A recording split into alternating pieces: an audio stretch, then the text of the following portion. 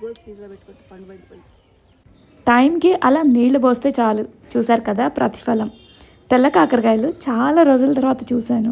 అంటే ఎక్కువగా మాకు హైబ్రిడ్వే ఎక్కువ కనిపిస్తూ ఉంటాయి. అదిను నల్ల కాకరకాయలు. ఇంకా చెప్పాలంటే ఏ మందులు యూజ్ చేయకుండా న్యాచురల్గా పండిన ఈ కాకరకాయలు మా అత్తగారి ఇంట్లో. నేను వస్తున్నానని తెలీదు, లేదంటే నేను వచ్చిన తర్వాత నా చేతులతోనే కోసేదాన్ని.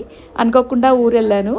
సో అయినా సరే ఏమైనా దొరుకుతాయా అని చెప్పేసి సెర్చ్ చేస్తూ ఉన్నాను. ఆ టైంలో బర్డ్స్ సౌండ్స్ అండ్ మా అత్తగారితో చిన్న కాన్వర్జేషన్ ఇలా ఈ వీడియోలో మీతో షేర్ చేసుకుంటున్నాను. అంటున్నారుగా, ఇగో ఇలా ఇలా పక్కకు నడుతుంటే కనిపి అది పెద్ద కాయ దొరికింది అత్తయ్య.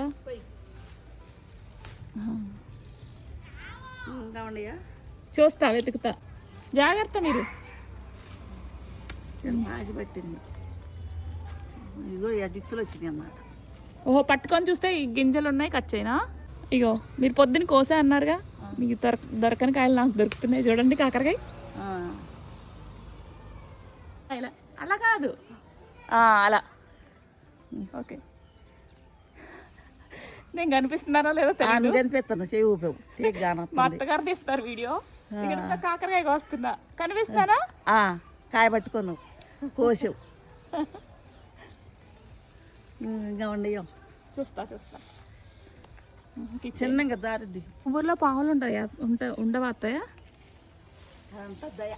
అంతేనంటారా? ఎగబడి కోస్తున్నా నేను. పండిపోయినాయి కాయలు దూరంగా అందట్లా.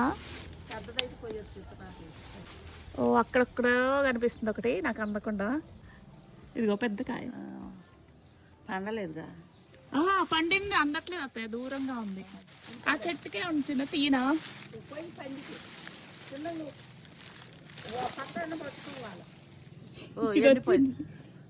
ఎండిపోయి గిత్తులేవుగా. అదన్నా బాగున్నాయి. నిన్న నేను ఫోటో తీసి ఉంచుదాం అనుకున్నా. పొద్దున్న కోసేటప్పుడు తీయొచ్చు కదా, కోసుకుంటా. పొద్దున కోసావను కాయలు. చూడు ఎన్ని కాయలు కోసాను ఇప్పుడు నేను. అదెందుకు కోసింది అసలు? దాని కాయలు కాస్తుందా? అబ్బా, ఏ కాయ కోయిదే. ఇక చెట్టుకున్న కాకరకాయలు తెంపకుండా, అంటే కోతులు తెంపకుండా కాపలా కాస్తూ ఉంటారు. ఇలా కాకరకాయలే కాదు, చక్కగా మా అత్తగారు టమాటోలు వంకాయలు కూడా పండిస్తున్నారు.